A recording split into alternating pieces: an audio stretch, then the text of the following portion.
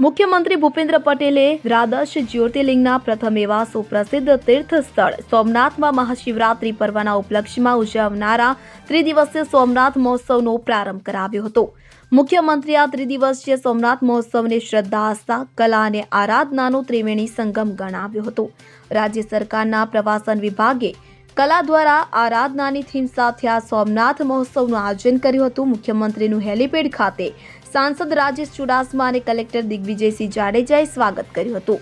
મુખ્યમંત્રીએ સોમનાથ મંદિરમાં શ્રદ્ધાપૂર્વક પૂજન અર્ચન કરી ગંગાજળથી અભિષેક કર્યો હતો। તેમણે નાગરિકોની સુખાકારી માટે પ્રાર્થના કરી હતી। મુખ્યમંત્રી ભૂપેન્દ્ર પટેલે સોમનાથ મંદિરનું પુનઃનિર્માણ કરાવનારા લોહ પુરુષ સરદાર વલ્લભભાઈ પટેલની 150મી જન્મજયંતિના વર્ષમાં સૌપ્રથમવાર યોજાઈ રહેલા સોમનાથ મહોત્સવને સુભગ સંયોગ વર્ણવ્યો હતો। રાજ્ય સરકારે સોમનાથ આવનારા પ્રવાસીઓ યાત્રિકોને સરળ કનેક્ટિવિટી માટે સોમનાથ દ્વારકા અને પોરબંદરને જોડતા સોમનાથ દ્વારકા એક્સપ્રેસ વેના નિર્માણ માટે આ વર્ષના બજેટમાં આયોજન કર્યું છે, તેની પણ ભૂમિકા મુખ્યમંત્રીએ આપી હતી।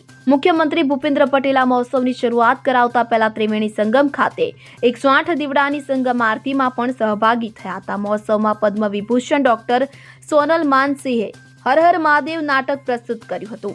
ગંગા અવતરણ અને શિવતાંડવ જેવી રચનાઓ દ્વારા શિવ સ્વરૂપને જીવંત કરવામાં આવ્યું હતું। આ દરમિયાન પ્રવાસન મંત્રી મુળુભાઈ બેરા, સાંસદ રાજેશભાઈ ચુડાસમા, ધારાસભ્ય પ્રદ્યુમન વાજા, પ્રવાસન અને દેવસ્થાન વિભાગના સચિવ રાજેન્દ્ર કુમાર, પવિત્ર યાત્રાધામ વિકાસ બોર્ડના સભ્ય સચિવ રમેશ મેરજા, અગ્રણી મહેન્દ્રભાઈ પીઠિયા, રાજસિંહભાઈ જોટવા, માનસીભાઈ પરમાર તથા ગીર સોમનાથ વહીવટી તંત્રના અને સોમનાથ ટ્રસ્ટના અધિકારીઓ, પ્રવાસીઓ અને કલા રસિક નગરજનો આ વેળાએ ઉપસ્થિત રહ્યા હતા।